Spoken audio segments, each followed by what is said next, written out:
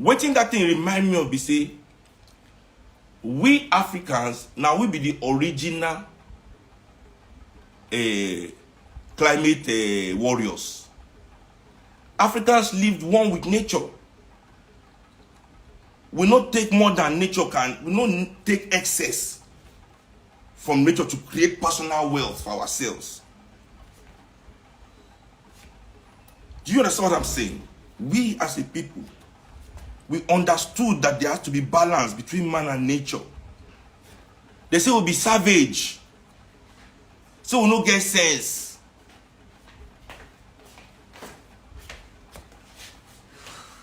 Okay, then we get sense now, we free them. May they come show us their sense. Now listen to me, this world we are living in now, seriously, is this progress? You know, because people are always crazy, so because they have phone, mobile phone, they can enter plane, they enter car, all these things that bring comfort to life. Yes, they've made life easy for those that can afford it. But for those that cannot afford it, life has never been this hard. And even for those that can afford it, they are telling us, that they are going to look for new habitat in space. What does that mean? We have been given responsibility of this earth. This is our home. This is what we know. And a group of people using their progress, this so-called progress has destroyed the planet so much. They are telling us now they have to look for other planets. What do you want to go and do there? You want to go and destroy it too? If this system was truly progressive and we say that we are destroying Earth, shouldn't the right thing to say, we are destroying Earth, so let's stop and fix it? No. It's let's go and look for another place to destroy. Let's go and look for another place to destroy.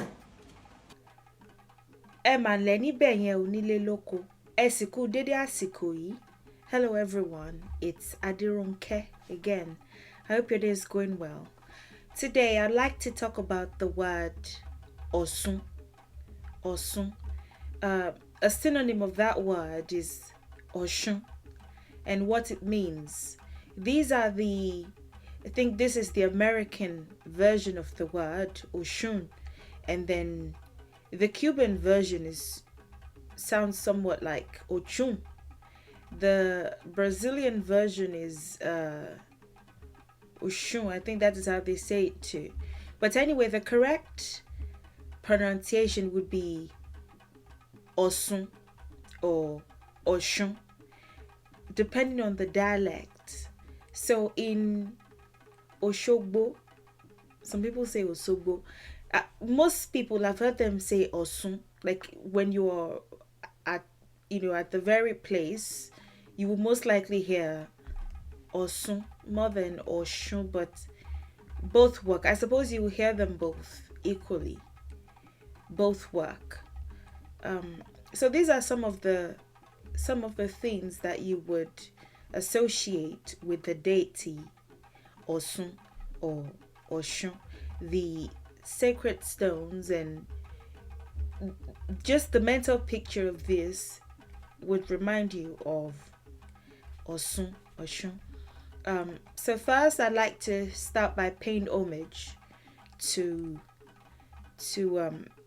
pretty much everybody, to the earth, to the water.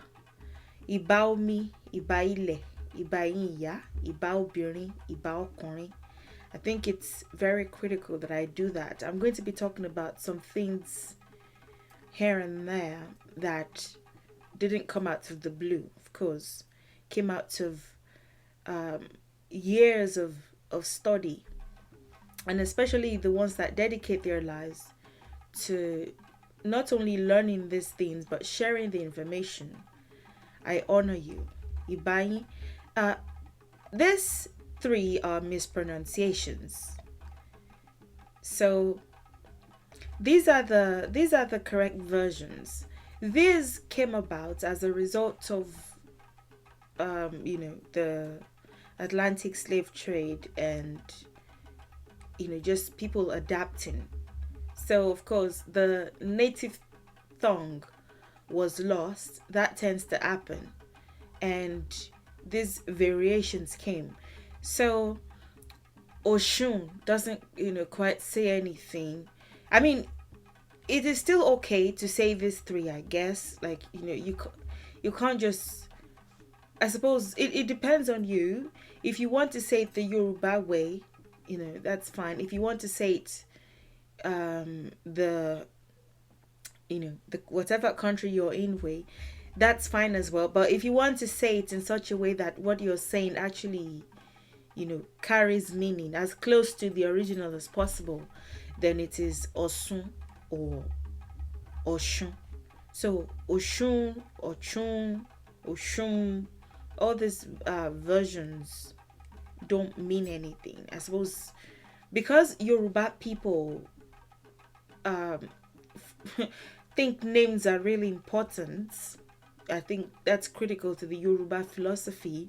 You don't just name a child anything, or you don't just call somebody something because I don't know, that's the name that your favorite character bears or something.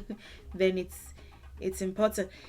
For, I think, even name, this is a tangent now, but naming has somewhat gone south even amongst the Yoruba people as a result of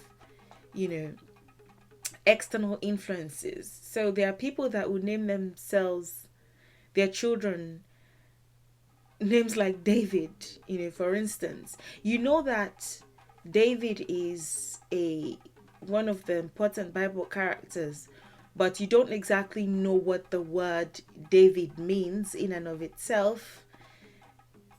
How come you're naming your child that? You say, okay, the child is named David because David means a man after God's own heart. But there are other aspects of that character,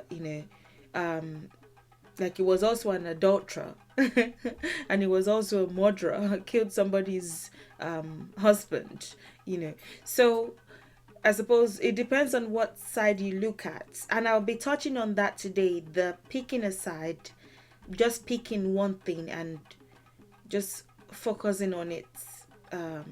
Okay, let me get there. So yeah, Osun or Oshun, it really depends on your dialect. There are some Yoruba dialects that don't have she. They don't have this sound. So if you say sha meji wa, select two and bring it, they will say sa meji wa. There are some dialects that don't have she, some do. So it really depends on the dialect. Osun, Oshun works. And of course, for those who have seen my the meaning of our deities names, if you've seen my previous videos, then you may remember that I always do this, the beware of deity profiling thing, because I think it's really critical. Before I get to the word itself, what the word means in and of itself, and some of the lessons that we can learn, it's pretty critical for me to talk about this, the beware of deity profiling aspect. So descriptions like deity of beauty and goddess of love, and descriptions like sweet, full of laughter and playful, as descriptions of Oshun, are not exactly incorrect if you, in certain respects, based on certain stories and certain odus and certain orikis, or certain oriki, but just totaling the essence of the deity as deity of beauty or goddess of love doesn't exactly do justice. It oversimplifies it, and it is reminiscent of what has happened with what has happened in other cultures as well. Deity profiling tends to lead to deity misrepresentation. So if you profile Oshun as a deity that is always just smiling and laughing and seducing, just based off one story or like one odu or something, then you're most likely going to misrepresent the energy.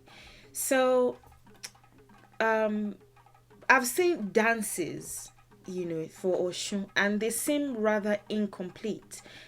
Dances from the diaspora, they typically do dances that represent the energy of the deity, but they are pretty oversimplified and somewhat even theatrical.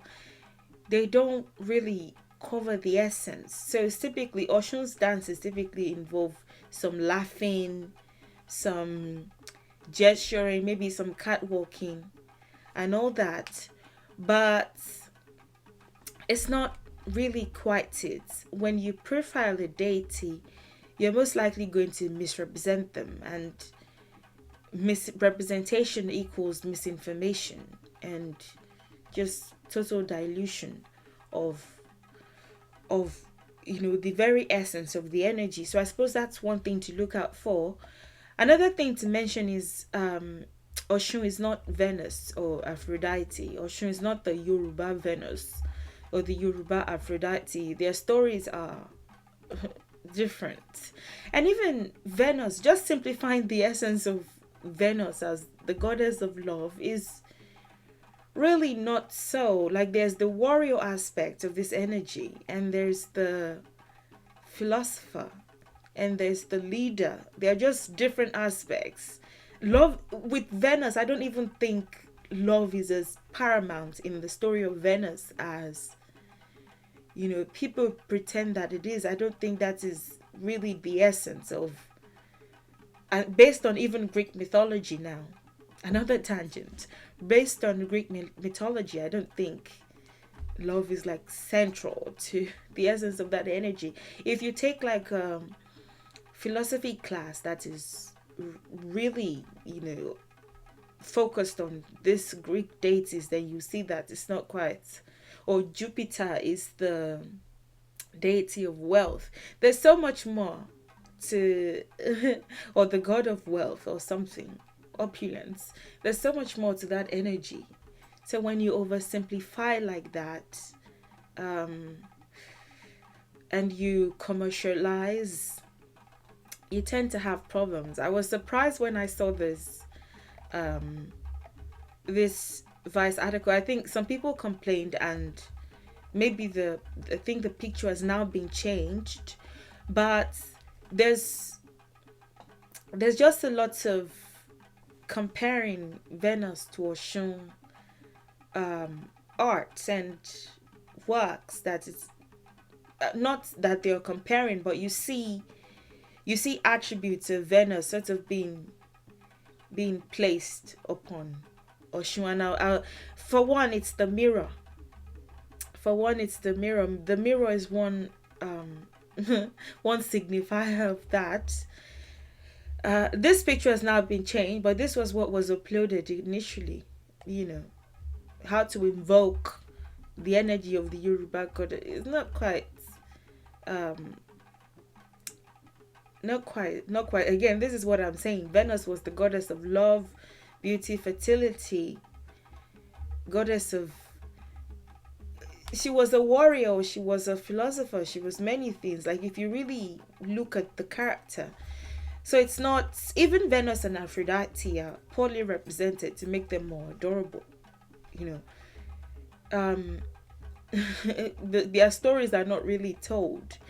For the comparing Venus to Oshun, or replacing certain things that are traditional Yoruba with things that are featured in European art or European stories, you see, like the mirrors, for instance, mirrors. So if you look at the art, and I'll show you some pictures, I'll show you even some recent work of art that sort of shows what I'm saying. the fans are now replaced with mirrors. So it's typically a fan, not a. It was fans. Then after the what happened with us, the slave trade. Then it was replaced with mirrors. So I see people holding mirrors now. It's not quite. And some people call Oshun the deity of vanity, and like it's almost like, where did that come from? That is not applicable, in truth, to the Yorùbá culture. Like, where did the vanity, holding mirrors, just staring at yourself, maybe 70% of the time is seducing? Where did that come from? And there's just a misrepresentation will lead to misinformation, because people will just keep building stories around what is already wrong in the first place.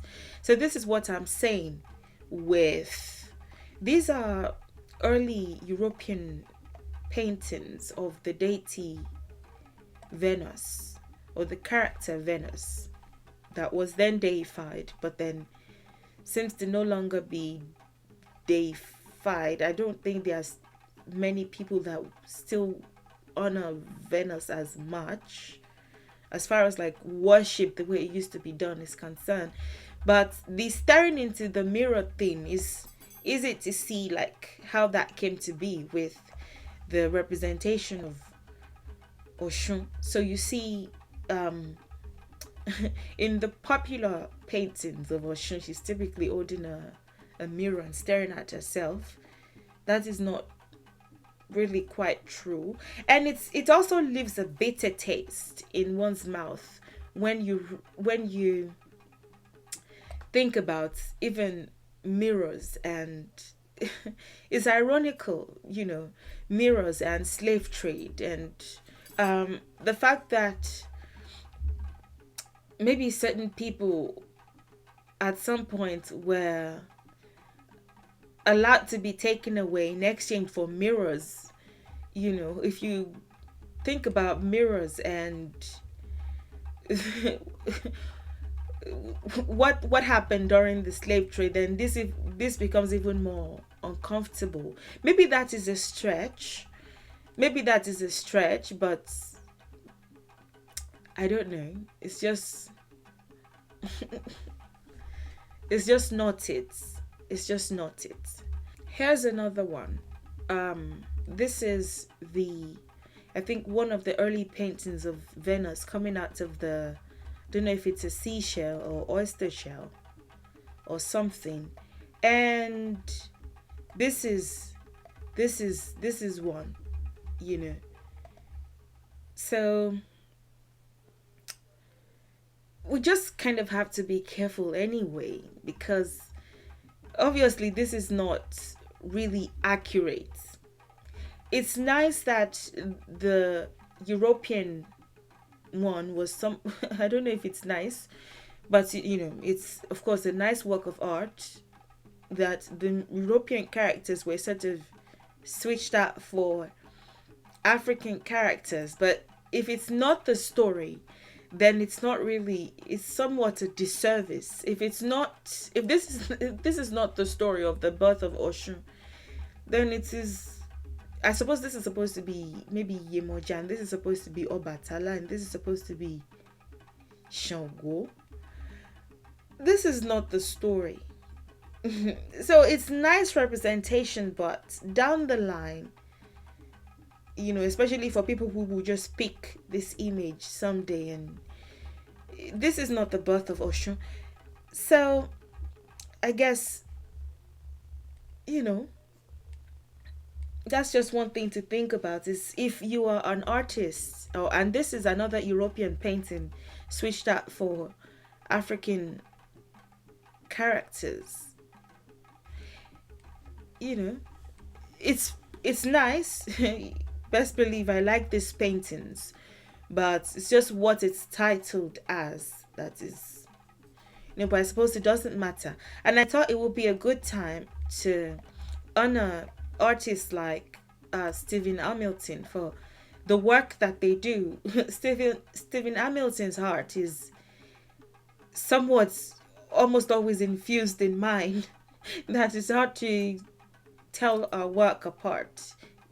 I like to use these paintings very much. They tend to be reflective of the culture, and it shows that this person has not only studied the culture, they've actually put in time and effort, and most likely money. Of course, money to put these works of art into fruition. So just an opportunity to thank him. This is what if you really want to depict Oshun, these women should come to mind. And deity profiling is pretty dangerous, because if you think of Oshun as the goddess of love or the deity of attraction and seduction, if you see a woman holding the Ida Oshun, you'll be somewhat like perplexed. Like, okay, let's say the first time you learned about Oshun, goddess of love and sweet waters, and you get to Oshogbo and you see women holding Ida Oshun, you see women holding machetes and brass fans, and most of their bracelets, brass, and it would come off as a culture shock. It would most likely result in a culture shock for you, because that's not what you've learned. So, you can't just total the energy into, goddess of love. She's just like the Yorùbá Venus. That is very dangerous. Let's get into what the word means. Osun, Oshun. The central verb is sun or shun, depending on the dialect. So sun or shun both mean the same things. It's just, again, a dialectical difference. Sun can be burn, it can be roast or grill. This is just an opportunity to show you that the word has homonymal tendencies. What do I mean by that? Different words, these are all different words, but it's the same pronunciation and the same spelling. So if you are referring to the word, the Yoruba equivalent of burn, sun is what comes to mind. But then if you're talking about roast or grill, it is also sun, same spelling, same pronunciation. But the one that applies to what we're addressing is ooze or seep out or gradually flow from something else. So ooze or seep out or gradually flow from, that's what sun or shun means. Omina and shun jade. I don't know. I think it's some parts of present-day Kwara State and maybe some parts of Ogun State, or maybe they would even use a different word. For most Yoruba dialects, if not all, these are the only two ways that they. I'm saying, okay, let me just say for the Yoruba dialects in Nigeria, let me just say that it's one of these two or a different word entirely. For ooze, seep out, gradually flow from. And once you realize that, then it would be easy to figure out what Osun or Shun means. Osun or Shun. It is the O there is the noun maker. So we had verbs first when we started to speak verbally instead of via gestures and minimal words and minimal sounds. When our vocabulary started to develop, then our verbs started to come first because action words, and then prefixes like this tended to appear, and we would add them to the verbs, and we would get nouns, what you would call nouns, in English. The O there is the one who or the thing that. The O is the one who or the thing that. Sun is to ooze. And what oozes if it's not liquid, and more specifically water? So Osun would be the one who or the thing that oozes water. But because we're talking about the deity, it is the one who oozes water. Osun or Oshun is the one who oozes water. And I think that's what I have here as well. Or in other words, you can say the one from whom water oozes or springs. So the one who oozes water, in other words, the one from whom water oozes or springs. A synonym for that word is orisun. Orisun. This is a synonym for us. This is a synonym. Ori, of course, means many things. It could be the head, it could be the top, it could be the peak, it could be the central part of something, it could be the main part of something, it could be the highest point of something, etc. So the etc would be other words that somewhat relate to these ones. Ori, and then sun, of course, ooze or spring out from something else. So orison is the central or main point of oozing. So the source or the origin of something that is oozing. The source or origin of liquid, specifically water, but extensively it could also be the source of origin of anything. If you say orisun ayo mini Osun, the source of my joy, the central or main point of my joy is Osun. The central or main point would be the source, the main point, the main place that it comes from.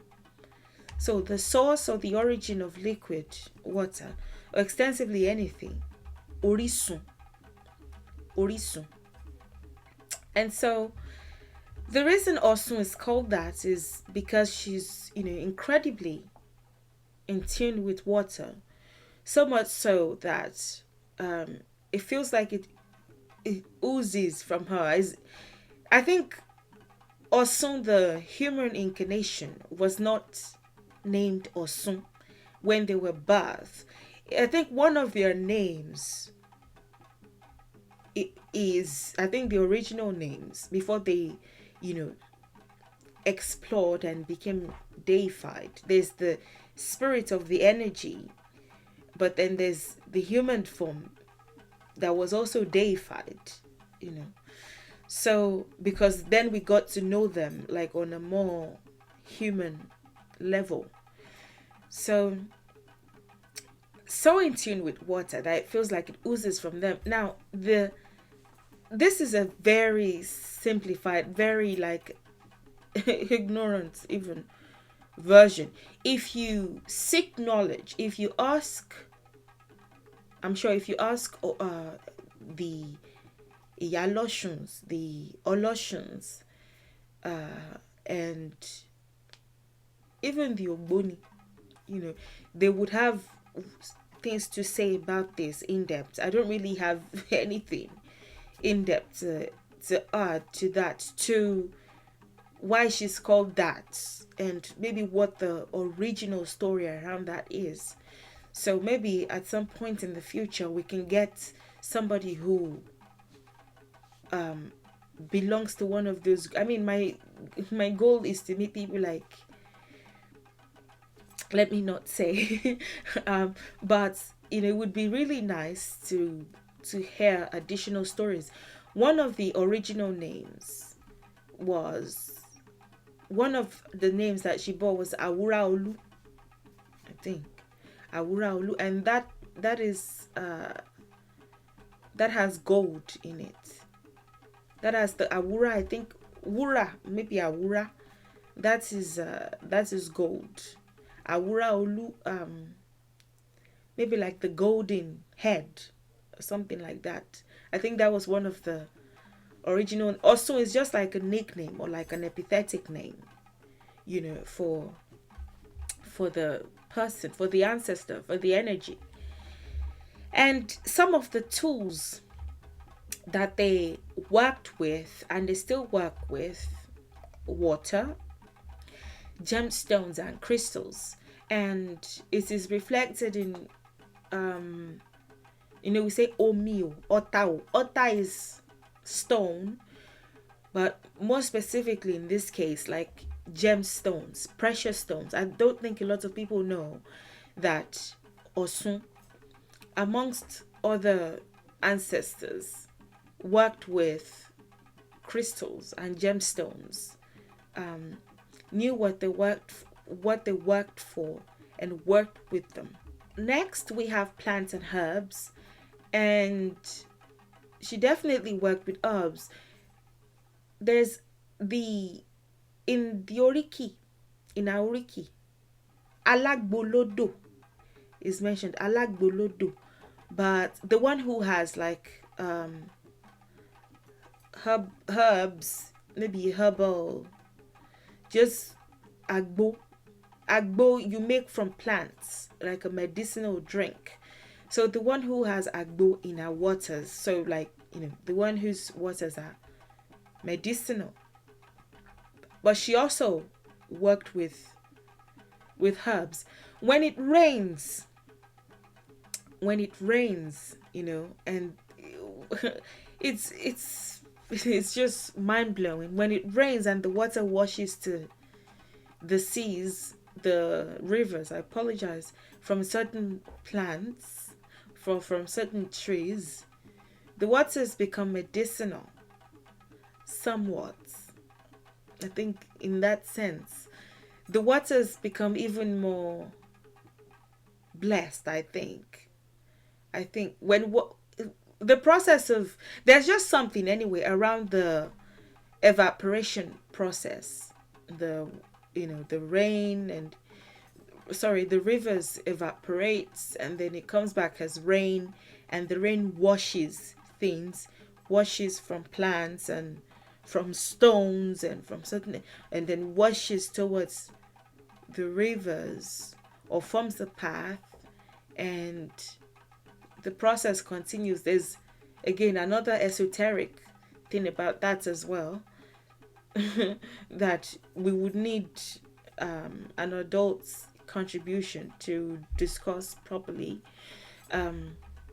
Base metals like brass. So we don't just wear like brass. It's not just for fun. They're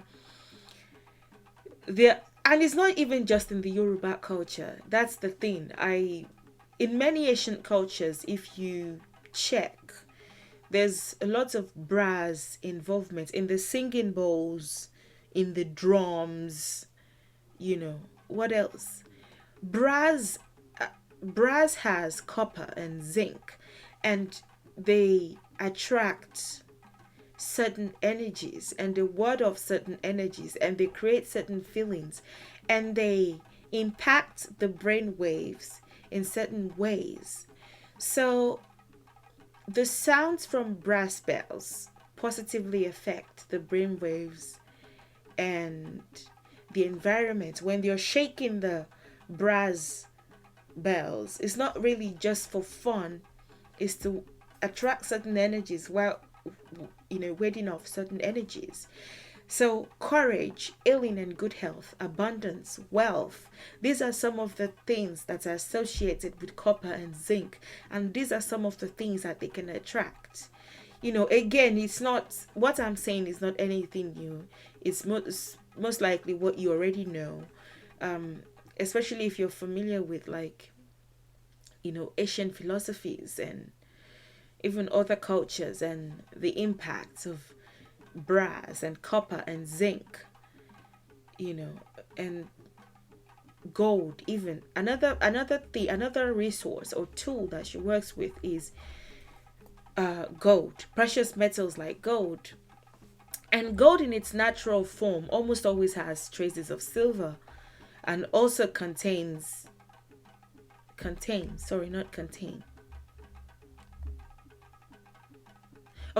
and may also contain traces of copper and iron.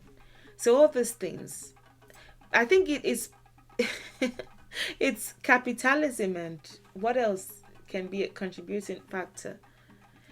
But I think capitalism mainly, that somewhat aided the association of gold with like greed. Like, oh, just because of the excessive mining and people taking more than what they really need from the earth, and all that. So it's not a low vibrational metal, it's just what people have turned it to be as a result of greed. And then clay pots, metal containers, beads, animals, animals, yes, fishes, birds. They worked with her, and she worked with them. They, again, it's not even, if you look at maybe even like the Japanese culture or the Chinese cultures, you'll see like fishes depicted and all these things. This is not exactly to compare or contrast. This is just like a reminder that I'm not saying anything out of the blue. The fishes attract prosperity. And even in some of the things that we do, we involve like, oh, this particular kind of, use this particular kind of, being or something, or just involve them in the process or something. But yeah, these are their resources or tools. I think I associated these with some of the things that I found online. So the zinc, again, zinc, even in the body, what I've been saying is like the outside of the body. Even with this being outside the body, it still has an effect on the body. But again, this is like esoteric information. Brass, even being outside the body, still has an effect. I suppose you can say it's a pseudoscience, but it's true. So shell and coral beads. Zinc supports a number of functions in the human body, as well as supporting the immune system. It enables the body to make proteins and DNA, contributing to wound healing, and plays a role in child development and growth. It also has antioxidant properties. And copper, energy production in the cell, formation of strong and flexible connective tissues. Again, these have an effect, even when consumed in minimal amounts. It is when you consume too much zinc or too much copper that you have problems. But these things are even in our foods, so yes, I've talked about this. Water, birds, fishes. Some of the characteristics of the energy, there's so much that is thrown around as who Oshun is, but one thing that would not fail you is the oriki. The oriki will give you the details that you need. So if you say Oshun is this, Oshun is that, and you cannot really prove it from the Odu or from a specific oriki, or from things that are actually grounded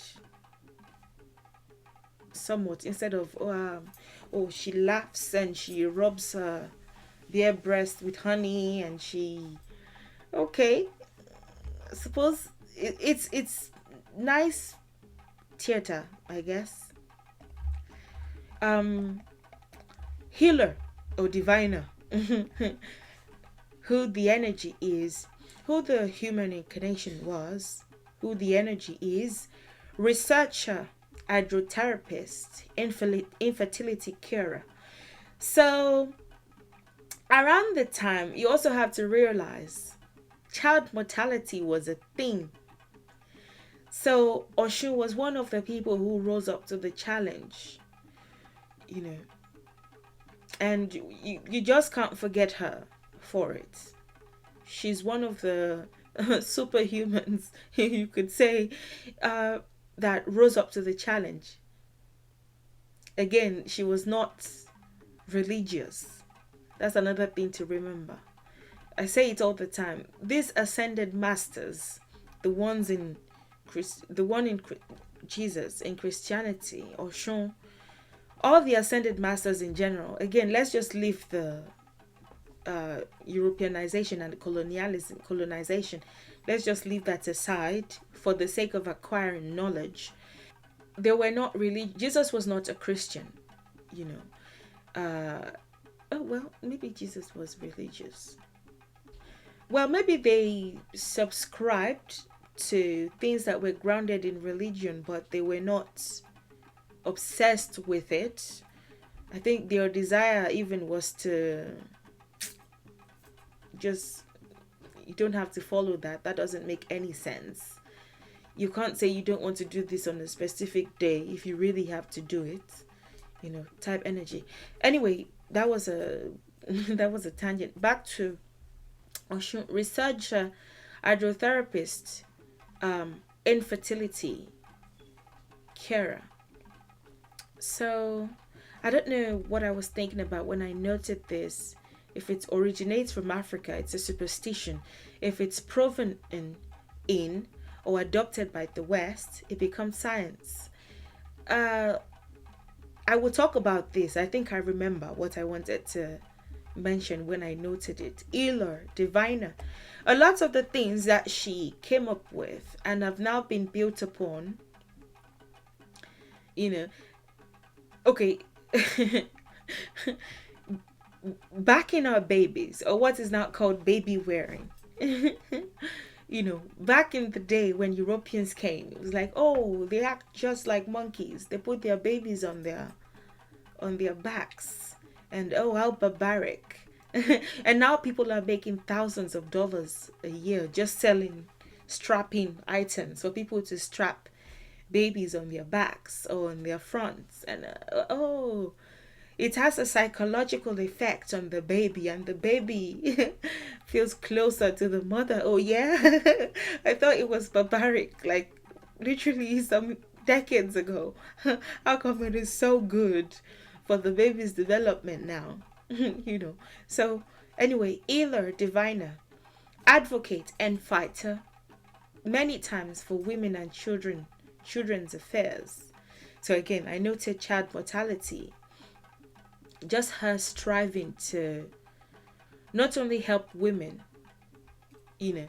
I think is it Osetura? I think there are some Odus that speak on the advocate or fighter essence of this energy for both the human incarnation and the, you know, pre how things are stories. Intuitive and critical thinker. So even in recent times, like the 1700s, the 1800s, many attackers were defeated with minimal effort through her help. So she, as the reports go, she would appear to them in some form and they would be distracted, you know. Not necessarily seduce them. Well, maybe, you know, but they would be so mesmerized by her that they would essentially not be able to make it to that battle. You know, there are people like Moremi. I think Moremi's story is, you know, long time story as well. I don't know who came first. I think Oshun, Moremi came several years, if not several centuries after Oshun, I think. I don't know what the timeline is, but there are other ancestors like that helped their people, you know. Well, maybe people of a certain group. What is now, most of them are now all Yorùbá groups, you know, but just to ward off attacks. That is why, okay, let me just leave that. Conservationist. So I think Oshun, the deity, when we first got to know the energy, it was people, the way the story goes, the people moved to that part of what is now called Oshogbo, that part of the world, and started just felling trees and doing what they liked. So I think she said, you've broken all my pots. And she was referring to the trees and the, you know, they just started to pretty much just destroy nature. So it was at that point that a relationship was built. That is one account. So definitely a conservationist in more than one story, passionate about respecting and coexisting peacefully with nature and other life forms. Grand manifesto as well. There's one account of her not being able to have children herself, which was really the first initial motivating factor before the against child mortality aspect, I think, from one account. So she was advised to create brass figures of children. I think children, or maybe a child, and just start to treat it like a child, bathe it, feed it, pretend like, the baby's nursing, sing to it, do pretty much what you do for a baby, and I think afterwards she had children. So not only did she use that method, as the story goes, she even improved it and helped other mothers with it. So other people that were seeking children, she sort of showed them the way. This one is the more practical essence of the ancestor that we refer to as Oshun. This is another account, the grand manifester who helped other women do the same as well, sort of showed them how to do it. In essence, what this account is saying is it was strife and struggle that brought out this ancestor, that brought out the gifts in this ancestor, the discomfort and the lack that enabled her to not only seek out knowledge, but practicalize what she had learned in order to help people. People say knowledge is power. Knowledge is not really power in the Yorùbá culture. As a matter of fact, you can't even really translate that to the Yorùbá language without making it sound awkward. Knowledge is not power. It is the application of knowledge that is power. If you have knowledge and you just know, you're not powerful. If you apply it and maybe even use it to help others, after using it to help yourself, or while using it to help yourself, then it's power. So Grand Manifester, water bender as well. So she's able to bend water in all forms. I will talk about that. But let me just go into some of the attributes or some of the things that have been identified as her character. So creative energy, protective, definitely powerful, definitely musical, has a somewhat sweet voice. This is the more human Oshun now that I'm referring to or describing, the way the stories go and the orikis go. So in some parts, in some orikis, you would hear things like Ìyá Ìjẹ̀ṣà pẹ̀lẹ́ o alóyin lóhùn. That alóyin lóhùn is the one who has honey in her voice. So like very sweet, very charming voice. But it doesn't mean that, it doesn't necessarily say that they were maybe soft-spoken or something, But definitely, as the story goes, musical, charming voice. Attentive or observant. I think that this is another one that is featured in several orikis as well. Apiroro bí ẹni sùn. The one who, if I do this, I'm not sleeping, I'm just doing this, relaxing. It's called piroro in the Yorùbá language. Mo ń piroro, jẹ́ ń piroro díẹ̀. let me just, or Jenreju. You typically would just say Jenreju. Let me rest my eyes. Let me just relax. But I'm not sleeping. That's Quiroro. So she does that like she's sleeping, but she's not sleeping. She's very observant of people who need her for help. Again, this is also moving into Oshun, the deity. You know, observant. There's Laketi. You know, somebody whose ears are always attentive. It's like, did somebody call me? Who's always willing to help. Empathetic, generous, charismatic. Obìnrin gbàdàmú gbàdàmú tí ń gbàdọ̀bálẹ̀ ọkùnrin. Obìnrin gbọ̀nà ọkùnrin sá. A woman passes the road. The woman, referring to Oshun, passes the road or the way, and the man or the men run. That's in one of the orikis as well. Again, the orikis will give you like a well-rounded, thing about the attribute, information about the attributes. Obìnrin gbàdàmú, obìnrin gbàdàmú, obìnrin gbọ̀nà ọkùnrin sá o, onílé kín, ọlọ́dẹ̀dẹ̀ mọ̀, elétìtì kó, onílé kín is the one who has ikin, the palm knots that are used for divination, who has lots of them at home. So that also is a nod to the diviner Oshun aspects of what she did not only heal, she also divined as well. Like, okay, do it this way, do it that way, should be good. Very wealthy, patient, confidential or secretive, emotionally intelligent. I'm trying to think of one for the she's called Amawumaru, the one who knows things but doesn't go blabbing, like it's pretty confidential.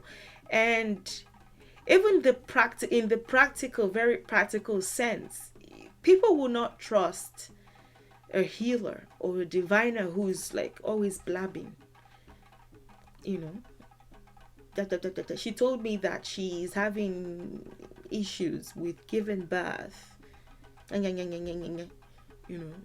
No, it's just the confidential aspect of her being that is honored in the Amawumaru. Plus, she belonged to the group of elders, and there's a level of, confidentiality that is expected, that is expected from elders. You don't just say everything and anything. Kind of have to be emotionally intelligent, not only with how you react to things, but how you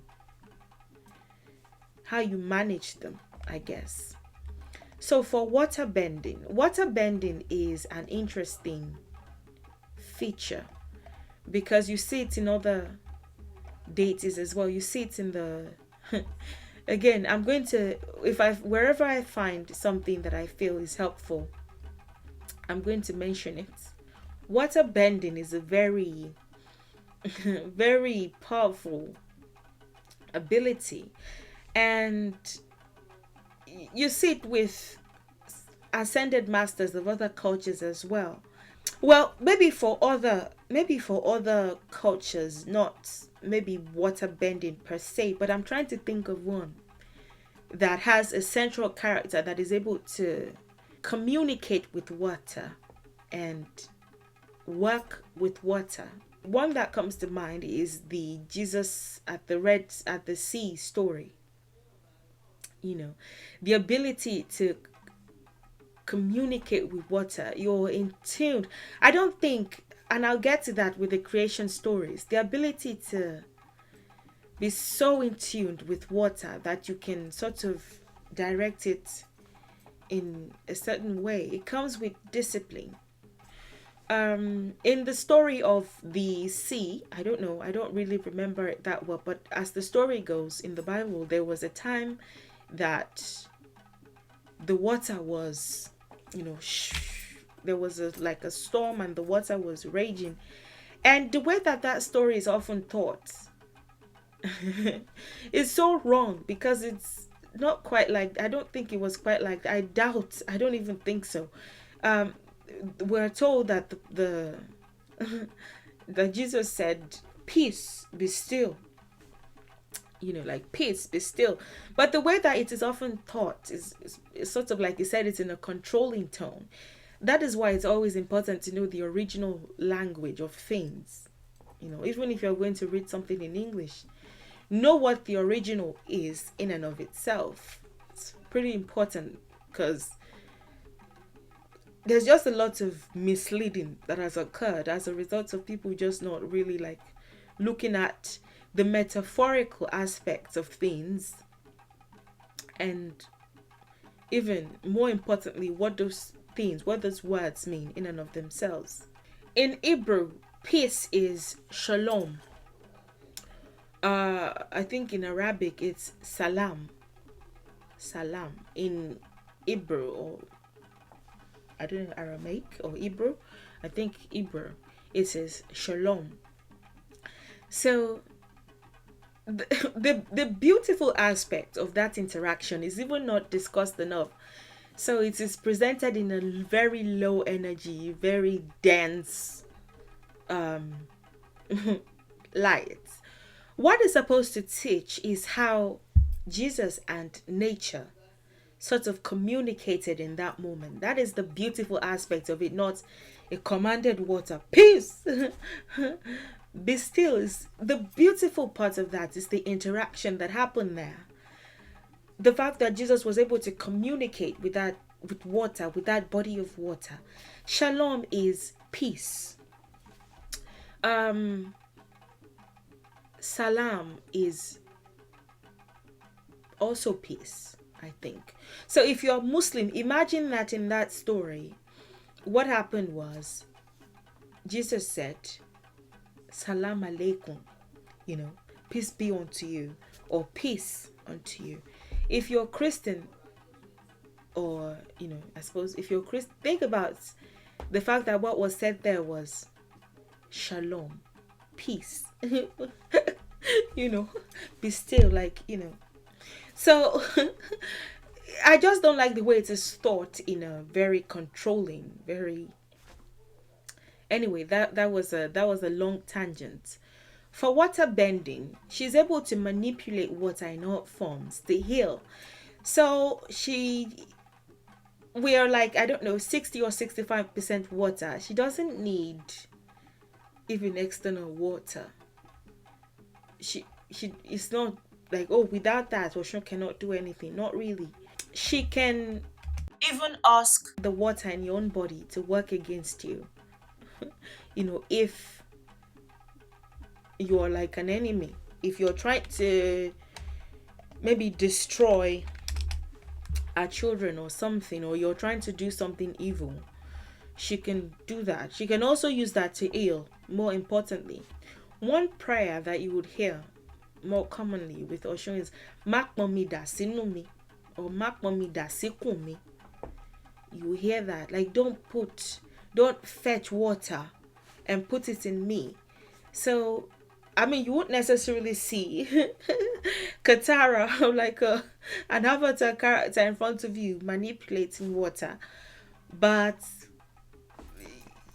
I think people who have experienced it maybe did something so bad or something.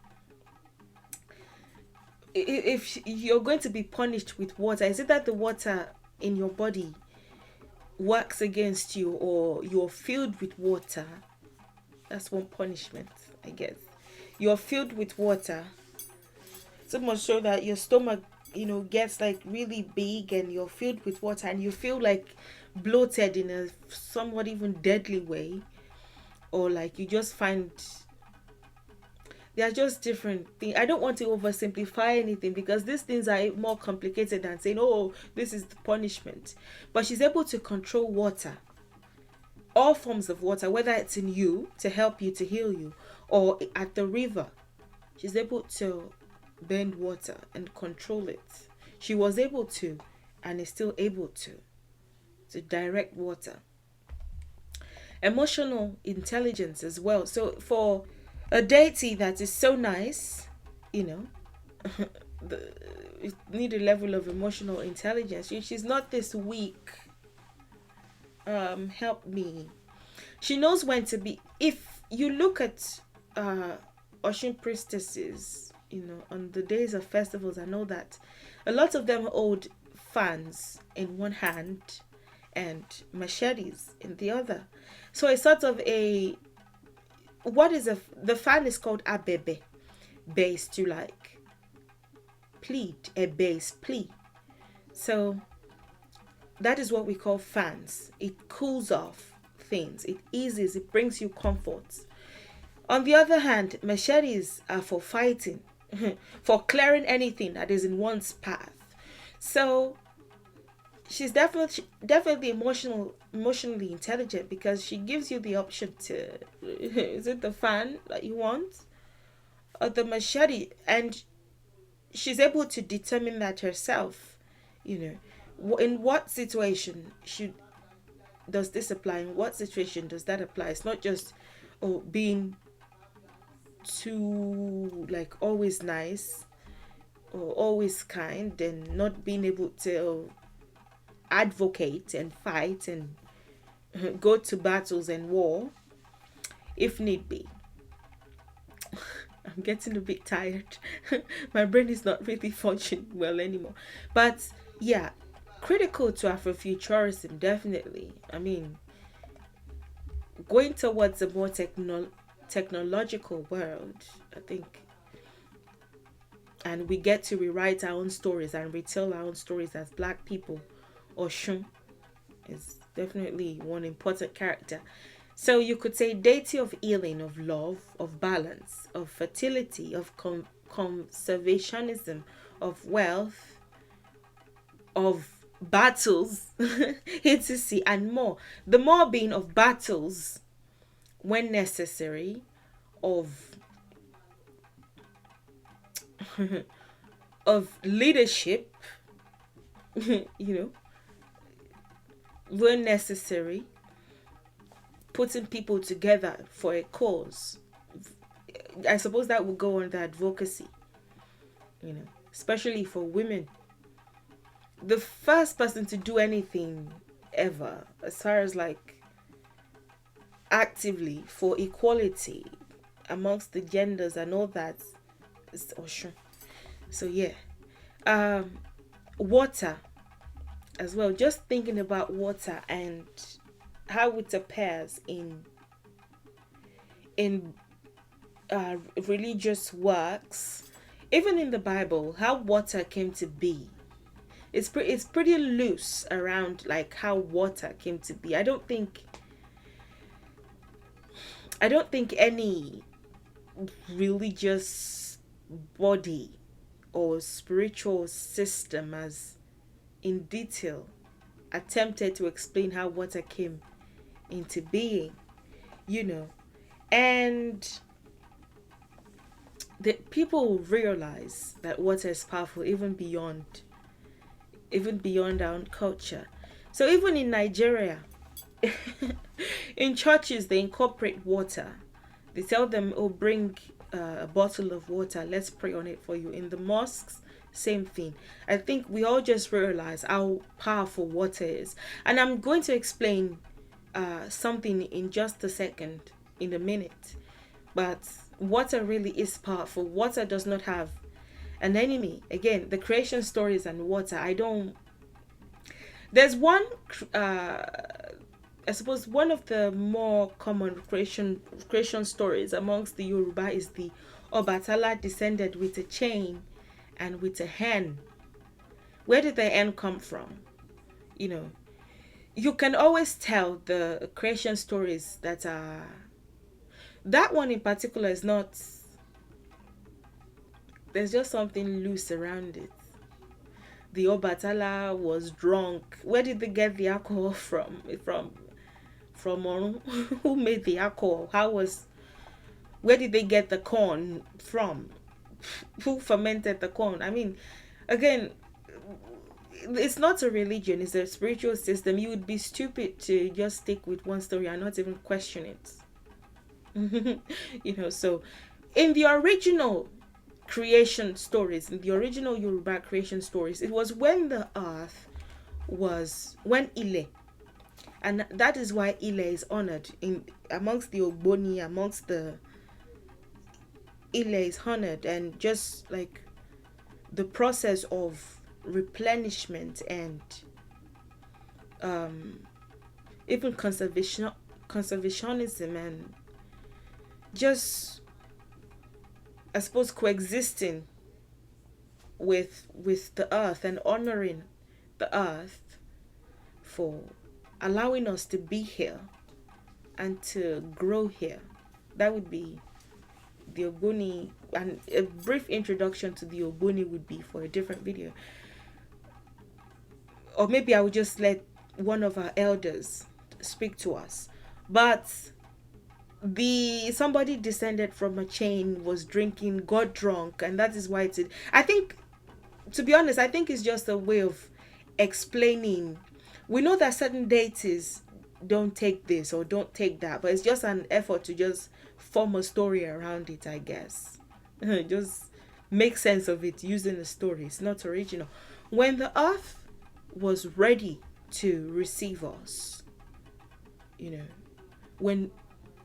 because water and earth, I think they also have a relationship in the original story. When they were ready to receive us, I think it was even water.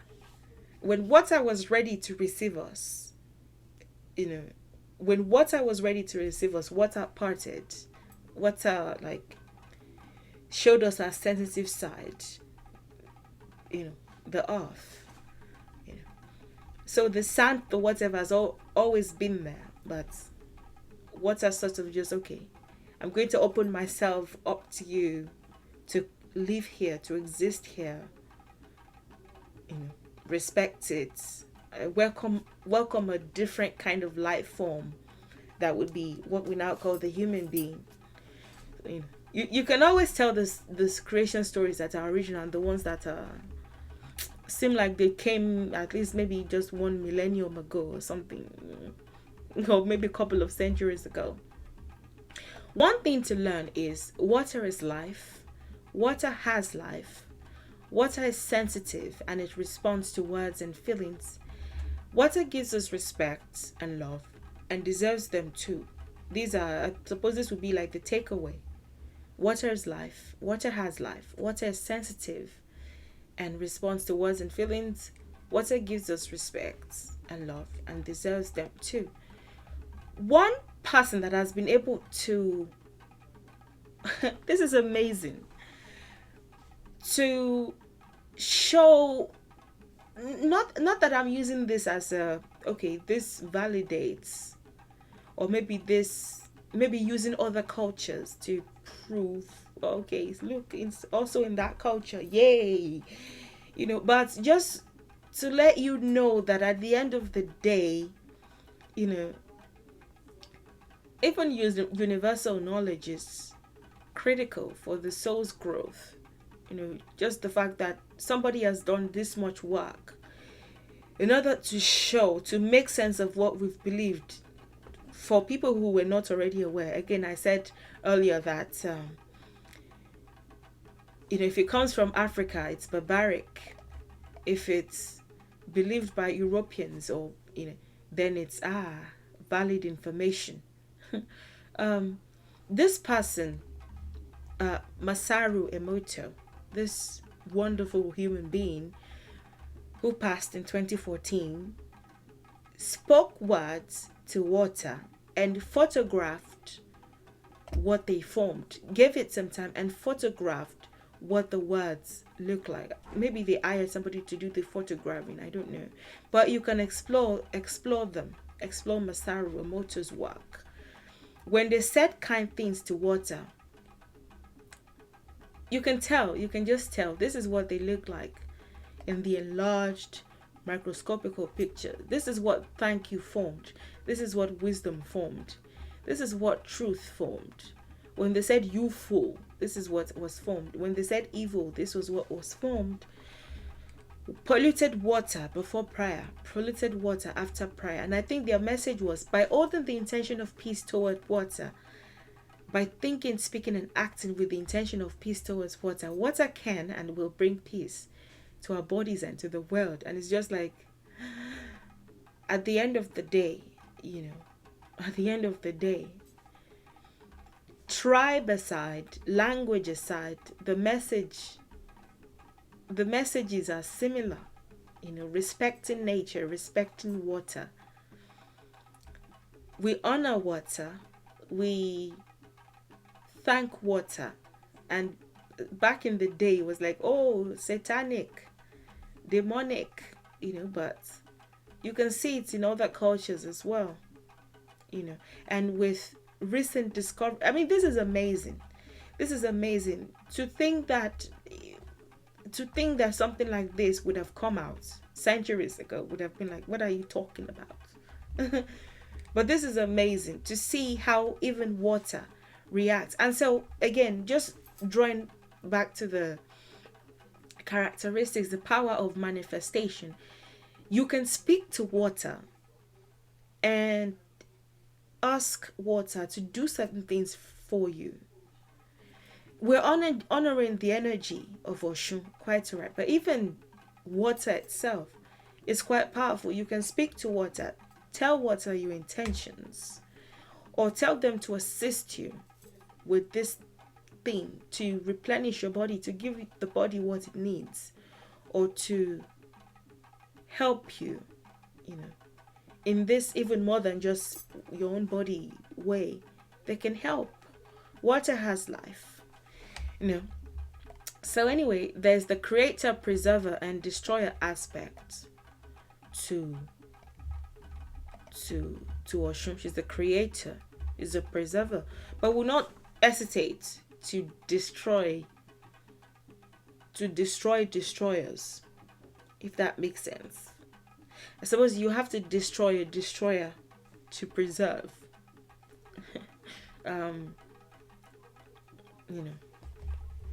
But in a very, but in a good way. In a good way. That's about it for what I have. This painting is by Stephen Hamilton. If you have any questions, please don't hesitate to ask. Thank you for watching. Thank you for your time. If you like the video, please give it a thumbs up. If you have anything to contribute, please don't hesitate to do so. And please subscribe if you haven't. And I'll see you in the next video. Enjoy the rest of your day, and bye for now.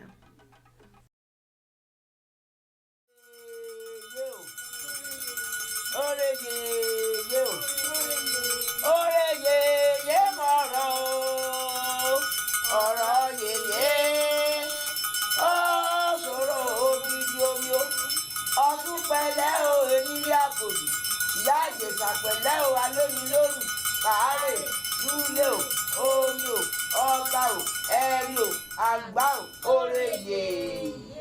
Yá mi orèyè yí Ọ̀ṣun, ẹlẹ́yẹlé aró, olódì ẹ̀dá, abẹ̀dá tutù yàrá. Ewúrẹ́ ọ̀ràngún ti jẹ lẹ́sẹ̀ gbàgede, àgùntàn ọ̀ràngún ti jẹ lẹ́sẹ̀ yàrá ló kọ́ ọba jíjẹ, àfùgbọ́ gàgà tó rò lọ́pọ̀ rẹ̀ léṣeṣe. Ìdúdú padára tòtòtò, àsálà tó lóbi inú, akoto wọn bí wọn gbẹ́ yọ. Mo tẹ́wọ́ ọwọ́ mi ò tó. Ọládé kojú ẹ̀gúnjí mo wá tẹ̀sán làwájú rí ọlọ́mọ retí gbé. Yá mi torí èjì gbara. Abẹ́rin ọmọrùn gbogbo wáyé ládé kojú òtòrí ìlú ọjà mọ́ lápá gbọ̀gbọ̀ lòdùmọ̀rọ̀ fún ọlọ́rọ̀ sáré àpòjì. Ọba ní ògún, ògbójú olóró sí jẹ̀pèsè. Obìnrin bádámú, obìnrin gbàdámú, obìnrin gbójú ọ̀nà ọkùnrin sá o. Obìnrin tó torí ogun tọ́dàrú mọ̀ sí lójoogbó, èmi lè pín ọlọ́dẹ̀dẹ̀ mọ̀, elédìtì ìkó, olódòdò, ládékojú ìyèmí àdódòdè mú yẹn yẹ̀dẹ̀ lẹ́gbà wọn lọ lókìtì ẹ̀kọ́. Yá mi mò ń gbó mi òdìdé ládékojú ìyèmí àgúnyán poro ní mo yé, Ìjẹ̀ṣà tó múra lù ọ̀ma rẹ̀ lọ́sùn ní oye. oore yèyé o. Èmi ò ní kàgbà àjèsà ládé kojú kí mọ́mọ́ jòbí tó bá gbó. Yá ò ní mọ́mọ́ pọ̀ nígbà gbogbo ládé kojú ọmọ aródò dẹmúyán jẹ. Jẹ̀sà tó kún àlú ọmọ arìn lọ́sìn. Ọmọ elékúté yín lówù yìí ní fòkun bàbá mi àgbààgbà lówù yìí ní jẹ̀gà. Àdùnnú tán lówù yìí ní pọ̀ndánù ilé ní ilé àwọn yèmí agbóyánpọ̀ oníwèye. Jẹ̀sà tó kún àlú ọmọ arìn lọ́sìn. Bàbá yèyé jọ ládé kojú. Yá nítorí pé wọ́n jẹ ẹ̀gbẹ́ ni. Bàbá yèmí àbẹ̀ níjó torí pé wọ́n jàkàrà. Bàbá aládé kojú àbẹ̀ níjó torí pé wọ́n rè gbọ̀mọ̀ lọ́rọ̀ rẹ̀ orí mọ́rọ̀ ọgbọ́n ọlọ́rọ̀ tù ní jẹ́jẹ́. Yá ní wọ́n mọ̀ pọ̀ nígbà gbogbo ni.